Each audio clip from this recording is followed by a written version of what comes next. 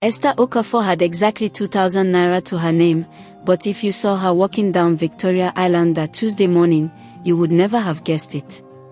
She wore sunglasses that looked like they cost more than most people's monthly salary, her hair was styled in a sleek ponytail, and she carried herself like she owned every building she passed. Her fitted bodycon dress and heeled sandals looked expensive, but the truth was much more interesting. Those sunglasses came from Balogun Market where she'd haggled for an hour, the dress was from a thrift shop, and the only thing she actually owned was a mountain of problems. But Esther Okafor was a professional. And her profession? Looking absolutely fabulous while being completely, utterly, magnificently broke. Lagos buzzed around her like a giant beehive made of concrete, hustle, and dreams. Danfo buses painted in yellow and black honked at Okada riders weaving through traffic. Street vendors sold roasted plantain and groundnuts that smelled like heaven. Business people rushed past in their casual chic outfits and corporate wear, shouting into their phones about deals and connections. And somewhere in the middle of all this organized chaos, Esther was trying to figure out how to eat lunch without spending her last 2,000 naira. Her phone buzzed. It was a message on WhatsApp from her best friend Amara. "Babe. Emergency meet me at the Pearl Cafe in Lekki Phase 1 in 10 minutes. Wearing the yellow dress. Esther's stomach dropped. The Pearl Cafe was the fanciest, most expensive cafe in the entire city. A single smoothie there cost more than her entire daily budget. But Amara had said emergency, and best friends didn't ignore emergencies, even when their wallet was crying for mercy. She quickened her pace, her heeled sandals clicking on the pavement with confidence she definitely didn't feel. The secret to being broke, Esther had learned, was acting like money was the least interesting thing in the world. Rich Lagos people never talked about money directly. They just showed it. So Esther showed up looking like money even when her account was screaming poverty. The Pearl Cafe sat in one of those fancy Lekki complexes where security guards actually smiled at you and the generators never failed. Esther spotted Amara immediately through the glass windows. She was the only person wearing a bright yellow midi dress with puffed sleeves, waving frantically like she was hailing a Danfo in rush hour traffic. Esther pushed through the air-conditioned entrance, and immediately the smell of expensive coffee and freshly baked meat pies hit her. The cafe was full of young professionals typing on their MacBooks, having important conversations about startups and investments, and eating small chops that probably cost more than a full meal at Mom and Kechi's Booker. Everyone was dressed casually but stylishly, crop tops with high-waisted jeans, cute sundresses, trendy two-piece sets. "Esther. Thank God you're here." Amara grabbed her hand and pulled her into a chair. Amara was the kind of person who always looked worried about something, but today she looked like she'd seen a ghost. Her eyes were wide, and she was fanning herself with a menu even though the air conditioning was working perfectly. "What can happen?" Esther asked, trying to sound calm even though her heart was racing. What if Amara wanted to order food? What if she expected Esther to pay? What if? "It's Chief Obi," Amara whispered, leaning so close that Esther could smell her expensive perfume. "He's throwing the biggest party of the year this Saturday, and somehow, I got us both invited."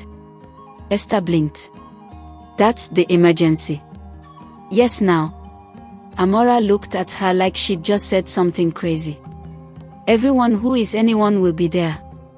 This is our chance to finally make it in this Lagos. Do you know how hard it is to get invited to a Chief Obi party?"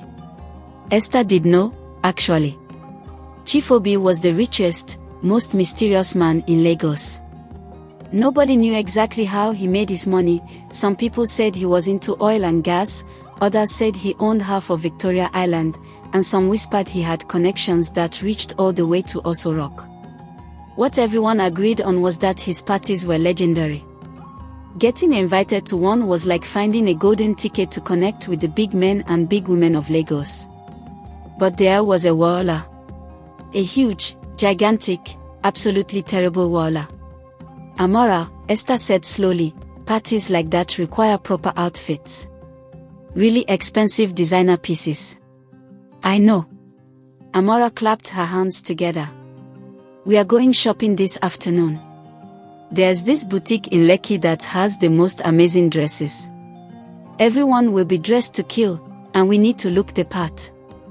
Esther felt her 2,000 naira burning a hole in her bag. A proper outfit for a Chief Obi party would cost at least 50,000 naira. Maybe 100,000 if you wanted to look like you really belonged there. She couldn't afford an expensive party dress. She couldn't afford a regular party dress. She could barely afford transport fare home. But looking at Amara's excited face, at her sparkling eyes and hopeful smile, Esther couldn't bring herself to say no. This was Amara's dream. And Esther had gotten very good at making impossible things look possible. Sounds perfect, Esther said with a smile that she hoped looked genuine. Let's do it. A waiter appeared at their table, wearing a crisp white shirt and looking very serious about his job. Good afternoon, ladies. What can I get for you today? 2 Chapman drinks, please. Amara said cheerfully. And let's add 2 portions of those mini meat pies. And some of your special puff-puff. Esther's heart stopped. 2 Chapman drinks. 2 portions of meat pies. Puff-puff. That would be at least 3,000 naira. She only had 2,000 naira total. Think, Esther, think. Actually, Esther said quickly, standing up so fast she almost knocked over her chair, I just remembered I have to make an urgent phone call. Business matter. Very important. Amara, I beg, can you order for me? I'll sort you out later. She grabbed her bag and practically ran toward the restroom before anyone could respond. Inside the fancy restroom with its clean tiles and mirrors that actually worked, Esther leaned against the sink and took a deep breath. This was getting out of control. She couldn't keep pretending forever. Eventually, someone would figure out that she was broke. Completely, totally, absolutely broke. Her phone buzzed again. This time it was a message from her landlord, Esther, this is final warning.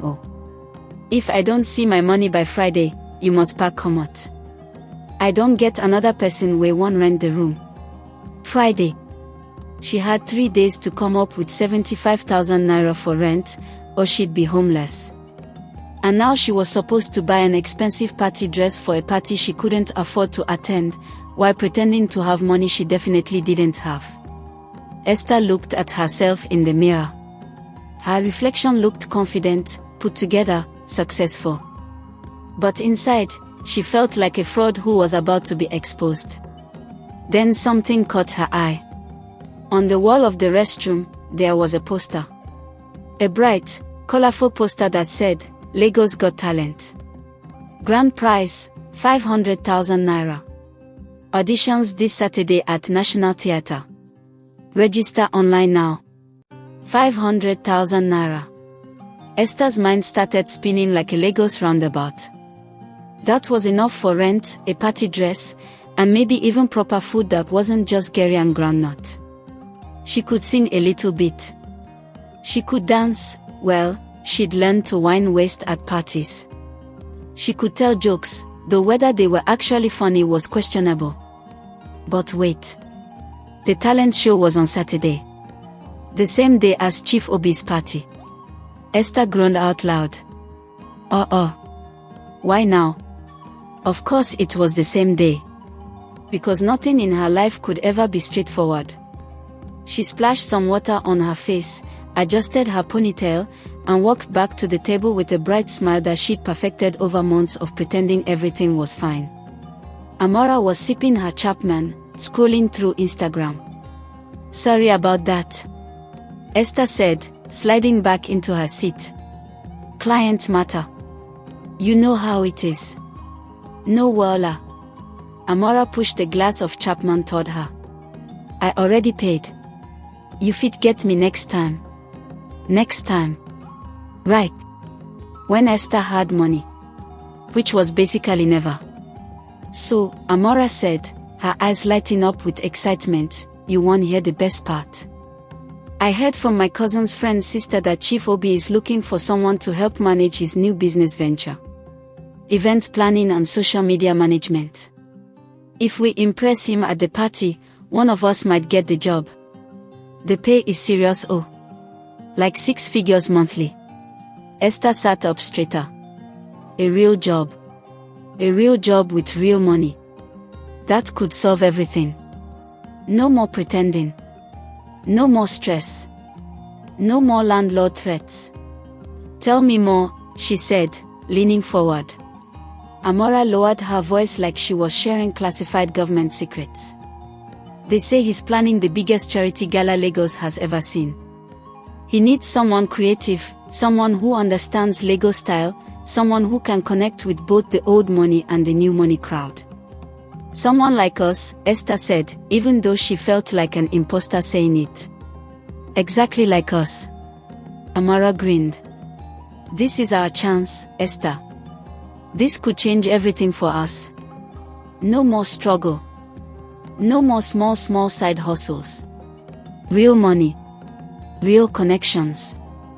As Esther sipped her expensive Chapman that she couldn't afford, watching the ice cubes float in the red liquid, she realized Amara was absolutely right. This could change everything. But she had to survive the next 3 days first. She had to find a way to get a proper party outfit, figure out the rent situation, and somehow convince one of the richest men in Lagos that she was the kind of person who belonged in his world.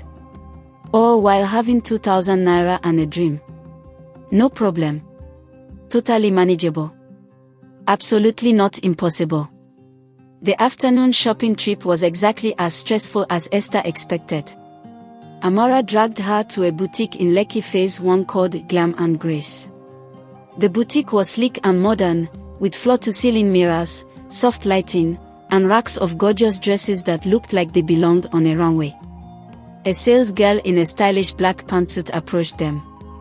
Welcome, ladies. Looking for anything special? We need party dresses for Chief Obi's event this Saturday, Amara announced proudly. The sales girl's eyes lit up.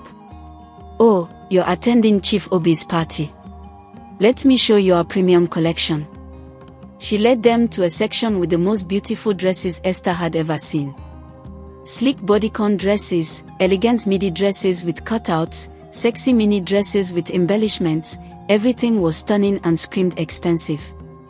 The sales girl pulled out a gorgeous emerald green satin dress with a thigh-high slit. This just came in. It's perfect for high-profile events. How much? Amara asked. 85,000 naira. Esther felt her stomach drop to her feet. Amara, seeing Esther's face, quickly spoke up. Do you have anything more affordable? Maybe in the 50,000 range. The sales girl looked skeptical but showed them a few options in the more affordable section. Even those were 40 to 50,000 naira. Can we think about it and come back tomorrow? Esther asked, her voice steady even though her insides were in chaos. Of course, the sales girl said, though her tone suggested she knew they couldn't afford it. Outside the boutique, Amara turned to Esther. Babe, are you okay? You've been acting strange. Esther almost broke down right there. Almost told Amara everything, the empty account, the landlord threats, the constant pretending. But she couldn't. Not yet. I'm fine, she lied. Just budgeting. You know how it is. That evening, Esther sat in her small room in Socialite, staring at her phone. She opened her contacts and found someone she hadn't spoken to in 6 months. Her ex-boyfriend, Conley. Conley worked in tech and made decent money. He'd offered to help her before, back when they were dating. She'd been too proud to accept. Now, desperation was beating pride in a wrestling match. She typed, "Hi Conley. I hope you're well. I need to discuss something important with you. Are you free to talk?" She pressed send before she could change her mind. Minutes later, he replied, "Esther. Long time. What's up?" She took a deep breath and called him. Hello, Conley's familiar voice came through the phone. He sounded surprised but not angry, which was a good sign. Conley, thank you for picking up. I know this is awkward. Are you in trouble? Is it an emergency? It's complicated. My landlord wants to throw me out if I don't pay rent by Friday. I have an opportunity to make money on Saturday, but I need money now to even have a chance at that opportunity. I know it sounds confusing. It's not confusing, Conley interrupted. It's Lagos. Everything here requires money to make money. How much do you need? 25,000 naira. I know it's a lot. Send me your account details. I'll transfer 30,000 right now. Esther almost dropped her phone. What? Just like that? You're not going to ask me a million questions or make me feel bad about it. Conley was quiet for a moment. Esther, we didn't work out as a couple, but that doesn't mean I want to see you suffer. You're a good person who's just trying to survive in this crazy city. We all need help sometimes. Consider it a gift, not a loan. You don't have to pay me back. Tears suddenly filled Esther's eyes. She hadn't cried in months. She trained herself not to because crying wouldn't pay bills or put food on the table. But Conley's unexpected kindness broke through her carefully constructed walls. Thank you, she whispered. You don't know what this means to me. After they hung up, the transfer notification came through minutes later. 30,000 naira had landed in her account. Just like that, one of her problems was partially solved. She now had 32,000 naira total. Enough for a decent party dress. But she still needed 75,000 for rent, which meant the talent show had become absolutely critical. She had to win. There was no other option. Esther spent the rest of the evening writing and rehearsing her performance. She practiced in front of a cracked mirror, perfecting her facial expressions, timing her jokes, working on a little dance routine that incorporated popular Lagos street dance moves. She recorded herself on her phone and watched it back, cringing at some parts, pleased with others. By midnight, she had something she felt moderately confident about. It was funny, it was honest, and it was very, very Lagos. Wednesday morning, Esther went back to Glam and Grace alone and found a beautiful cobalt blue bodycon dress with strategic cutouts on sale for 28,000 naira. It was perfect, sexy, sophisticated, and within her budget. She bought it along with simple silver heels from a nearby shoe shop. That evening, Esther received an email from Lagos Got Talent. Her heart pounded as she opened it. Your preliminary slot is 3:30 p.m. Please arrive by 2 p.m. for check-in.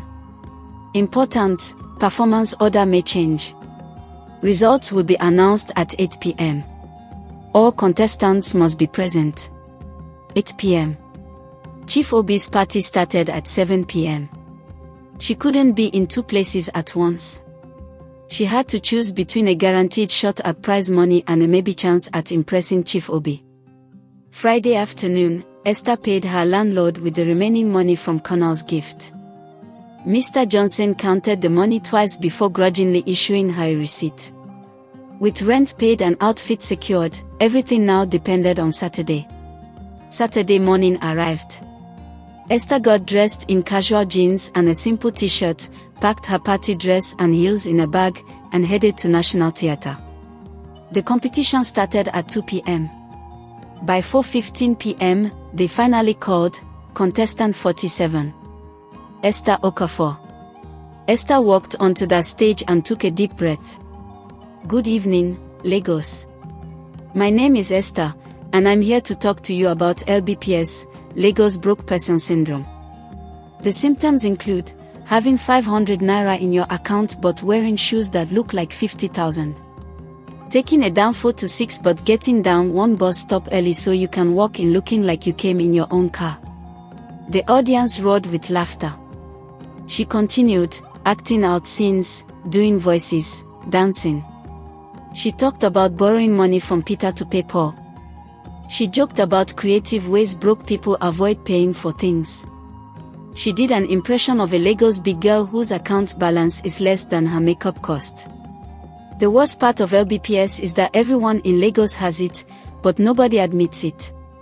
We are all walking around looking fly, meanwhile our stomachs are speaking fluent Yoruba from hunger.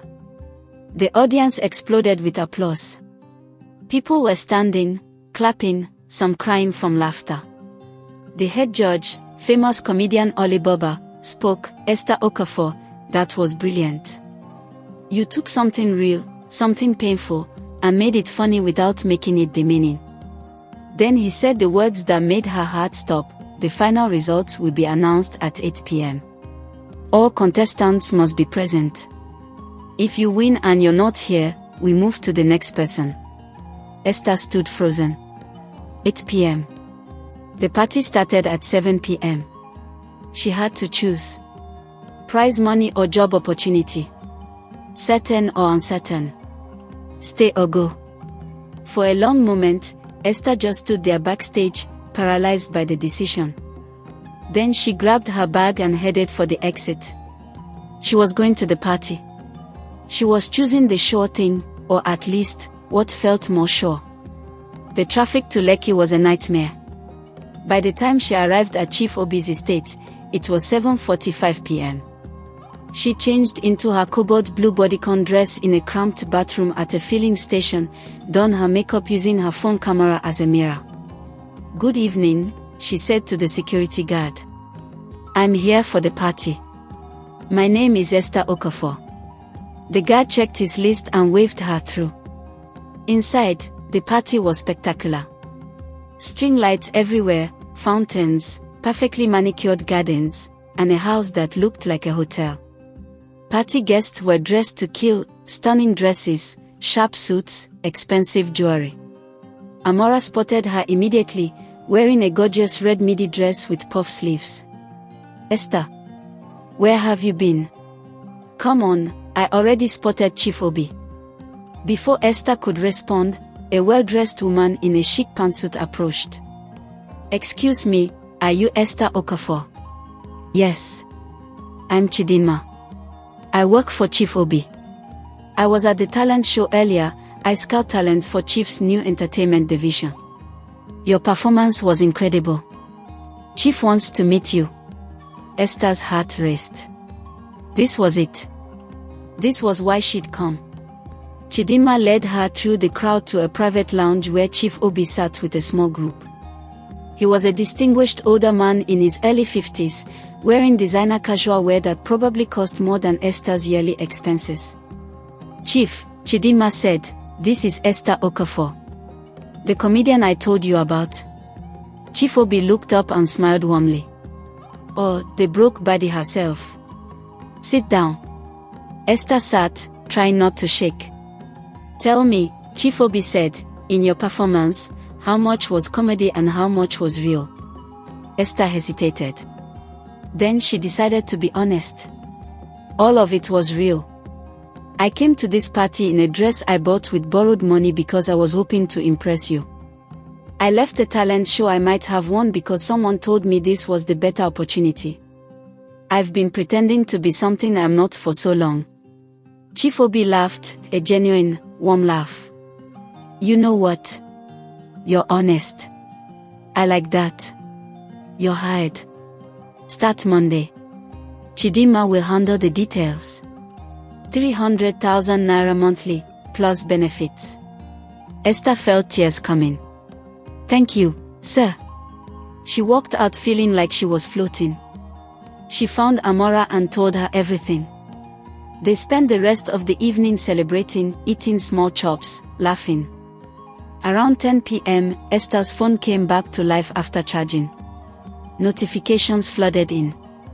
And then she saw it. A message from Lagos Got Talent. "Congratulations. You won. Grand prize, 500,000 naira. However, you were not present for the announcement. According to competition rules, prizes are forfeited if winners are absent. The prize has been awarded to the runner-up." Esther stared at her phone, the words blurring. She'd won. She'd actually won. And she'd lost it all by not being there. 500,000 naira. Gone. Because she'd chosen what seemed like the sure thing.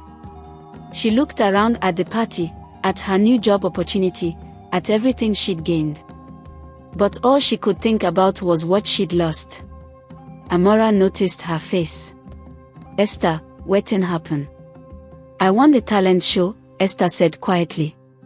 But I wasn't there to claim it. They gave the prize to someone else. Amara hugged her. But you got a job. That's better, right? That's steady money. Was it better? Esther didn't know anymore. She'd gambled on one dream and lost another. She'd won and lost at the same time. As she stood there in her cobalt blue dress at Chief Obi's fancy party, with a job that would start Monday, Esther felt the strangest mixture of joy and heartbreak. She'd escaped being broke, but at what cost? She'd chosen certainty over possibility, and now she'd never know if she could have had both. The broke Baddie had finally made it. But somehow, victory tasted like loss. And that, Esther realized, was the most Lagos thing of all, to win and lose simultaneously, to celebrate and mourn in the same breath, to finally get what you want only to discover you'd left something precious behind. She took a selfie with Amara, both of them smiling. But when she looked at the photo later, all she could see was the question in her own eyes, what if?